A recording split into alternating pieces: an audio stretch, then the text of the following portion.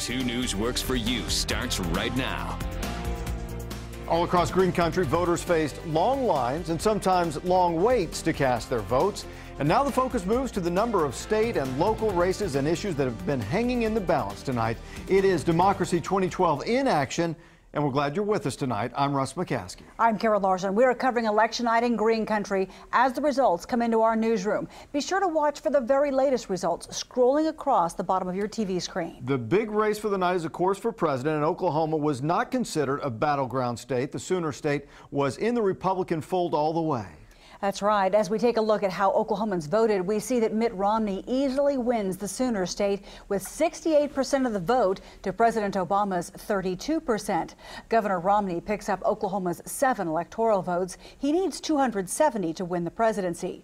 Nationwide, Romney is leading the popular vote 51 to 48%. Now, here in Oklahoma, Republicans are poised to sweep the 5 state's congressional districts. In District 1, 3 candidates were hoping to fill the seat of Congressman John Sullivan, who lost in the Republican primary. Now let's take a look at those numbers now. Jim Bridenstine emerged the victor with strong support from Republican voters. Democrat John Olson fought hard, but it was an uphill battle all the way. Independent Craig Allen trailed a distant third. Our team of reporters is spread out across the area. Let's begin with 2 News reporter Sarah Goldenberg.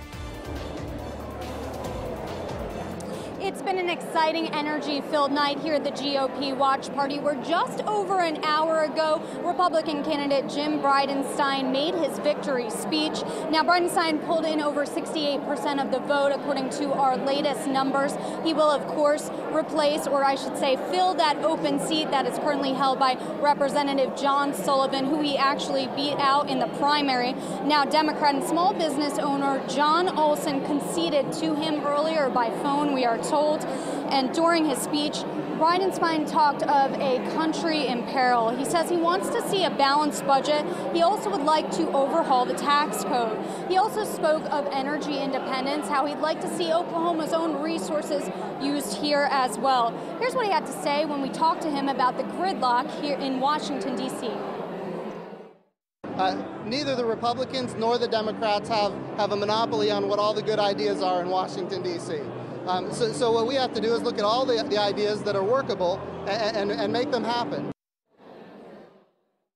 But we did keep it focused on the differences of opinion we had on the issues themselves, and we focused on those, and well, at least this time around the voters didn't agree with me, but that doesn't mean that our points of view are not valid, and I think that we opened a lot of people's eyes to what it is to be a Democrat in this state.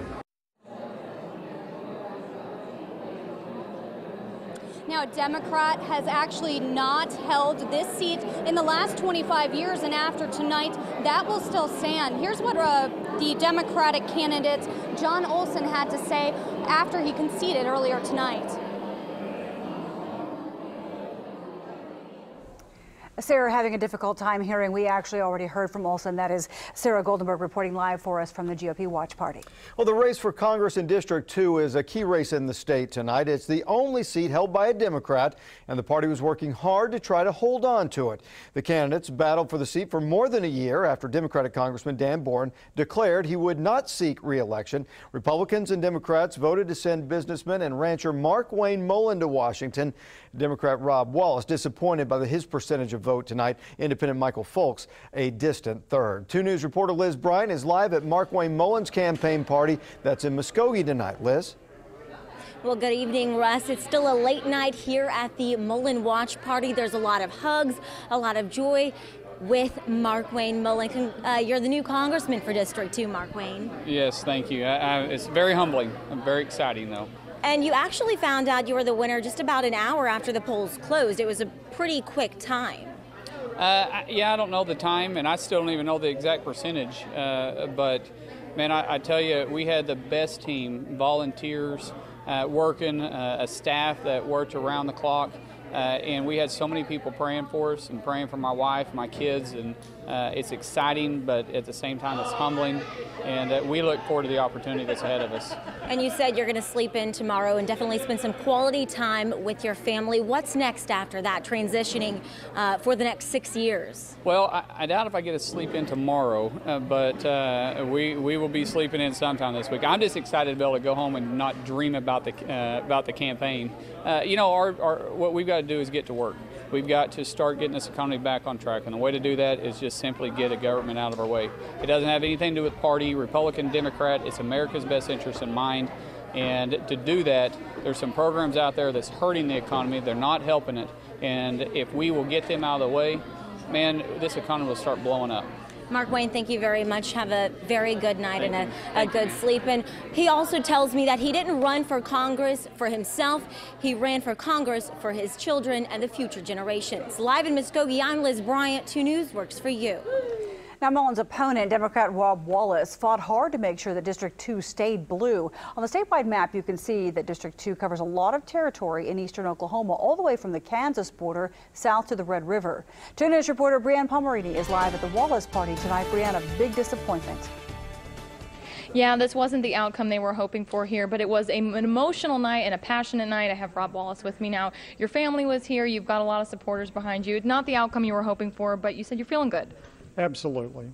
We put together a fantastic campaign. I have the greatest staff on the planet, the greatest consultants on the planet, most importantly, the greatest volunteers all across the district who worked really hard on the campaign, and I'm very humbled by all of that. The campaign may be over in terms of my candidacy, but the campaign's not over tonight. We're still fighting for Social Security and Medicare and to protect our water and quality and quantity, to make sure we're bringing jobs here, and to make sure that we're keeping our promises to our seniors, to make sure that we're investing in people so that we can expand the middle class and expand this economy again. Those are issues that we're going to continue to see going forward. Those are issues that all of us need to continue to have input on. And I'll tell you, the guy that needs us the most tonight is Mark Wayne Mullen. He has tremendous issues facing him going to the Congress, very serious decisions to be made going forward. He needs God's help. He needs our prayers, and we need to make sure we're supporting him every way we can. Well, thank you so much, Mr. Wallace. And again, he says he's supporting Mark Wayne Mullen, but he's saying he's going to need some help along the way. Live in Muskogee, Brianne Palmerini, 2 News works for you.